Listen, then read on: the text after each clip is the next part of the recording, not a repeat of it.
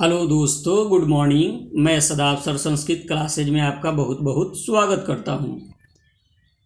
हम लोग नवम पाठ का ऑब्जेक्टिव प्रश्न उत्तर कर चुके हैं। आज दसम पाठ मंदाकिनी वर्णम पाठ का प्रश्न उत्तर करने जा रहे हैं ऑब्जेक्टिव।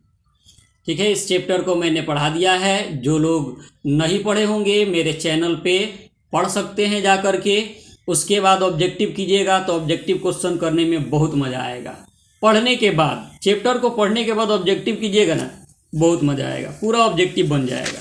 ठीक है, तो इसमें संस्कृत में क्वेश्चन दिया है आपके एग्जाम में। जैसे कि जानते हैं हिंदी में क्वेश्चन पूछता है, तो संस्कृत में क्वेश्चन दिया है, इसको मैं हिंदी में बताऊंगा, आप लोग हिंदी में लिख करके ही याद कीजिएगा।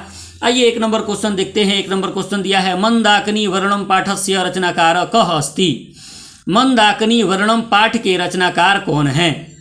तो मंदाकिनी वर्णम पाठ के रचनाकार हैं महर्षि वाल्मीकि। बी नंबर हमारा आंसर हो जाएगा।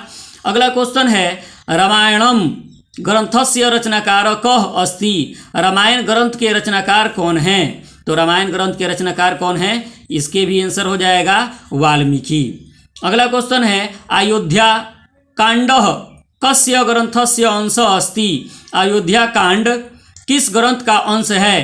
तो रामायण का। आंसर हो जाएगा ए नंबर, रामायणस्य, रामायण का। अगले क्वेश्चन की तरफ हम लोग बढ़ेंगे। अगला हमारा क्वेश्चन जो है 4 नंबर क्वेश्चन है। आइए 4 नंबर क्वेश्चन की तरफ हम बढ़ते हैं, देख लेते हैं। क्वेश्चन है, रघुवंश महाकाव्यम कस्य रचना अस्ति। रघुवंश महाकाव्यम कस्य रचना अस्ति, यानी रघुवंश महाकाव्य किसकी रचना है? तो रघुवंश महाकाव्य ये जो रचना है कालिदास की रचना है, कालिदासस्य। अगला क्वेश्चन है, मंदाकिनी वर्णम पाठ किस ग्रंथ से संकलित है? तो आंसर हो जाएगा हमारा रामायण। अगला क्वेश्चन है, नदियाँ समुद्र में कैसे मिलती है? तो नाम रूप को छोड़कर, नाम और रूप दोनों को छोड़कर समुद्र में मिल जाती है। खैर ये क्वेश्चन जो दिया है आपका प्रथम चैप्टर का क्वेश्चन दिया है, कोई दिक्कत नहीं है, इसको भी याद रख सकते हैं आप लोग। ठीक है, अगले क्वेश्चन की तरफ हम लोग बढ़ते हैं। अगला क्वेश्चन है, वनवास प्रसंग में राम सीता लक्ष्मण के साथ कहाँ पहुँचते हैं? तो वनवास प्रसंग में राम सीता और लक्ष्मण के साथ कहाँ पहुँचते हैं? आंसर हो जाएगा हमारा चित्रकूट। सी नंबर आंसर हो जाएगा, चित्रकूट पहुँचे थे सबसे पहले। मंदाकिनी नदी किस पर्वत के निकट बहती है? आंसर हो जाएगा हमारा चित्रकूट पर्वत। अगला क्वेश्चन है, मंदाकिनी वर्णम पाठ रामायण के किस कांड से संग्रहित है? तो मंदाकिनी वर्णम पाठ रामायण के किस कांड से?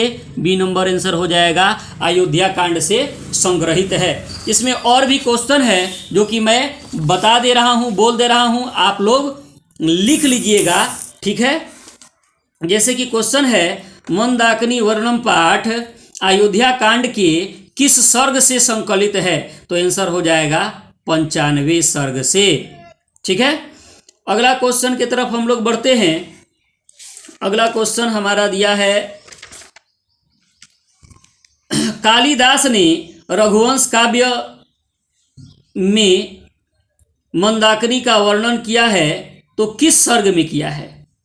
तो 13वें सर्ग में। आंसर हो जाएगा 13वें सर्ग में।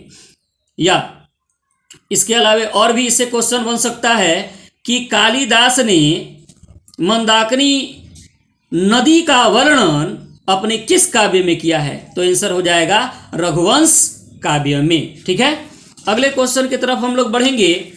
मंदाकिनी वर्णम पाठ में किस नदी का वर्णन किया गया है? तो आंसर हो जाएगा मंदाकिनी नदी। देखिए, गंगा नदी को ही मंदाकिनी नदी कहा जाता है। अगले क्वेश्चन की तरफ बढ़ते हैं, मंदाकिनी किस के पोखर के समान प्रतीत होती है? तो आंसर हो जाएगा कुबेर के, या राजराजस्य। राजराजस्य का मतलब होता है कुबेर, कुबेर के। मंदाकिनी नदी में कौन स्नान करते हैं? तो मंदाकिनी नदी में मुनिगण स्नान करते हैं। मंदाकिनी नदी में कौन लोग स्नान करते हैं बाबू लोग, बताइए? तो मंदाकिनी नदी में, सॉरी मुनिगण नहीं, ऋषिगण, ऋषिगण, देखिए गलत बोल दिए, मुनिगण नहीं ऋषिगण। मंदाकिनी नदी में कौन स्नान करते हैं? आंसर हो जाएगा ऋषिगण। और अगले क्वेश्चन की तरफ हम लोग बढ़ेंगे। राम मंदाकिनी नदी किसको दिखाते हैं? तो आंसर होगा सीता को। मंदाकिनी नदी कहाँ से संग्रहित है? तो आप जानते हैं रामायण से संग्रहित है। मुनि किसकी आराधना करते हैं? तो सूर्य की या आदित्य की। कैसे तीर्थे प्रेम को जागृत करते हैं? कैसे तीर्थे? तो रमणीय तीर्थे। रमणीय तीर्थे प्रेम को जागृत करते हैं। मंदाकिनी नदी किस पर्वत के निकट बहती है? तो आप लोग जानते हैं कि चित्रकूट पर्वत के निकट बहती है मंदाकिनी नदी। नृत्य करते हुए कौन प्रतीत होते हैं? तो पादपेय यानी कि पौधे और पर्वत शिखर दोनों नृत्य करते हुए प्रतीत होते हैं। ठीक है।